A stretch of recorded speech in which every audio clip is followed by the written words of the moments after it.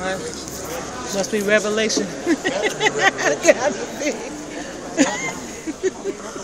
is the book of Habakkuk. Wow.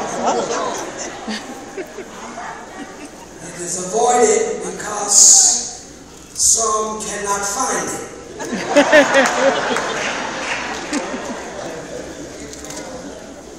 Others cannot pronounce it and some cannot spell it. Say with me, Habakkuk. Habakkuk. It's spelled H-A-B-A-K-K-U-K. It is buried deep in the Old Testament between the two other avoided books, Nahum and Zephaniah. Nahum, all right, Nahum. Habakkuk is an important book in the Bible. It is important not only for its prophetic significance, but it is important because it is the story of one man's personal experience with God. The book of Habakkuk is only 3 chapters. It is a total of 56 verses in all. And these 56 verses, hear me, trace the spiritual progress of a man who simply identifies himself as Habakkuk the prophet. These 3 chapters reveal how this prophet emerged from a deep period of consternation to a peak of joy and victory. The word consternation, say with me, consternation. Consternation. The word consternation, it means amazement. It means dismay. Consternation is brought about by a situation that takes place in your life that leaves you stunned, paralyzed in disbelief, in open mouth awe and hushed wonder because you cannot believe what's taking place. And when the Lord gave me to study the book of Habakkuk, I found myself in a period of consternation. I was stunned. I was paralyzed. I was in open mouth awe and hushed wonder. It threw me into a state of confusion where I could not believe what was happening. And it is in these 56 verses that we learn how the prophet was able to move from consternation to joy.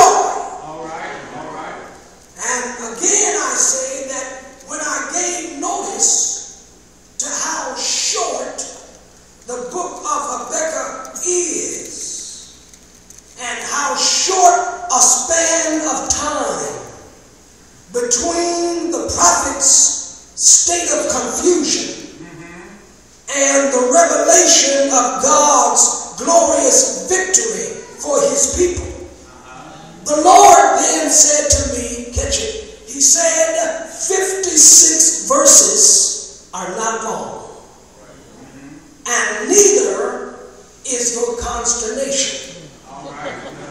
For my glory has come to bring you great joy and great victory.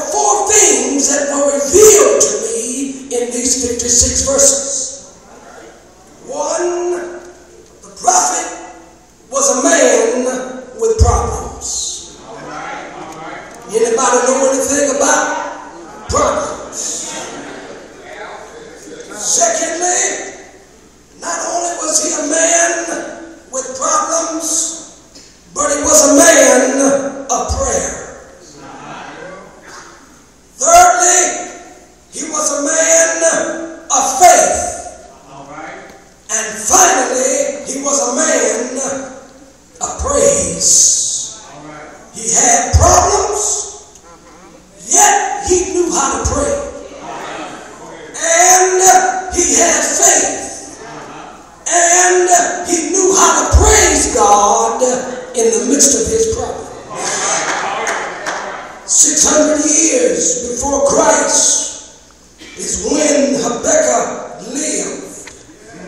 And the time in which he lived, according to biblical history, were turbulent and they were uncertain. It was a time that was filled with spiritual and moral decline. It was a time filled with injustice. It was a time filled with oppression, violence, and wickedness.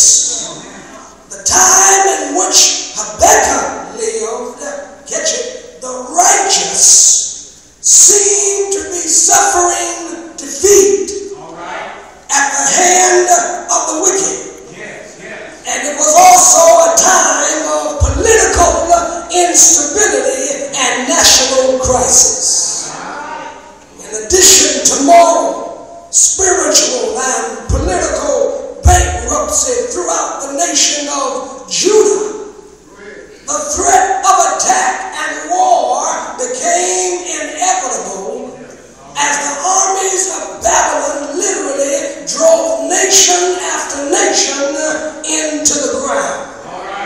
And so it is against this backdrop that the book of Habakkuk was written, and the personal struggle of this prophet emerged without question.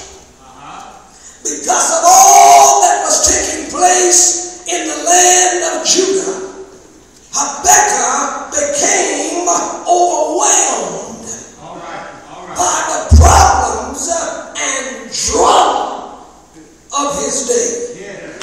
And I want to know today, is there anybody here that know anything about drama? Look at somebody, if you know about drama, and tell them, I can tell you about some drama. So, the more Habakkuk reflected on the havoc, and the more he reflected on the drama surrounding him, the bigger and more personal the problems and the drama became. Habakkuk, because of the problems and the drama in his life, he soon developed a spirit of negativity, where he began to look for and only expect the worst. Habakkuk, because of the drama